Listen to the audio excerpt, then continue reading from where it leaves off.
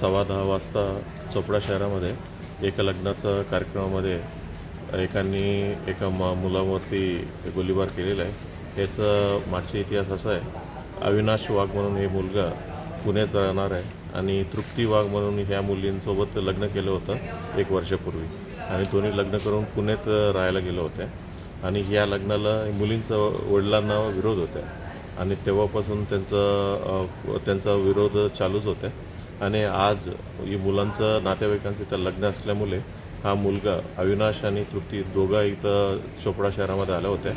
याविषयीचं माहिती या मुलींचं वडील किरण मंगलेला माहिती पडले होत्या आणि इथं शिरूरला राहणार असल्यामुळे शिरूरचा आणि चोपडाचा साधारणपणे अर्धा-पाऊण तासाचा रस्ता आहे, तो इथं आले आणि डायरेक्टली त्या मुलांवरती आणि मुलींवरती फायर केलेले होते आणि फायर केले की ते मुली स्पॉटवरच डेथ झालं, मुलांना जखमी झालेला आहे आणि जे आरोपी आहे किरण मंगले त्यालाही देखील म्हणजे ते पब्लिकने पकडून मारहाण केलं होतं आणि किरण मंगले हा रिटायर्ड PSI म्हणून माहिती पडत आहेत, CRPFमधून रिटायर झालेला आहे आणि त्यांच्याकडे एक लायसन्स वेपन आहे, ते लायसन्स वेपनमधूनच त्यांनी फायर केलं अशा प्रथमदर्शी माहिती पडत आहे। आणखीन इन्व्हेस्टिगेशन करते आणि काय डिटेल असेल तर आपल्याला सांगण्यात येईल। सर त्यांच्यासोबत अजून कोणी होतं का आणि त्यांना काही ताब्यात घेण्यात आलेलं आहे?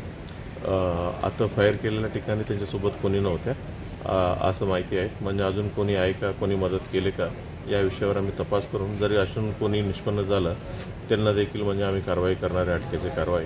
आता सध्या FIRचं दाखल करण्याची प्रक्रिया चालू आहे, स्पॉट पंचनामा आणि इतर गोष्टी चालू आहे। सर एकूण किती राऊंड फायर झाले? गोळी लागली नाही, मुलीला गोळी लागली का सर?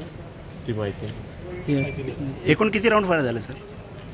आम्हाला अजून एक्झॅक्टली सांगता येत नाही। आता साधारणतः तिथं 3 पुंग्या भेटलेल्या आहेत, कॅटरीज भेटलेलं आहे, मग अजून किती फायर झाले का या सर्व गोष्टी तपासात निष्पन्न होईल। ओके,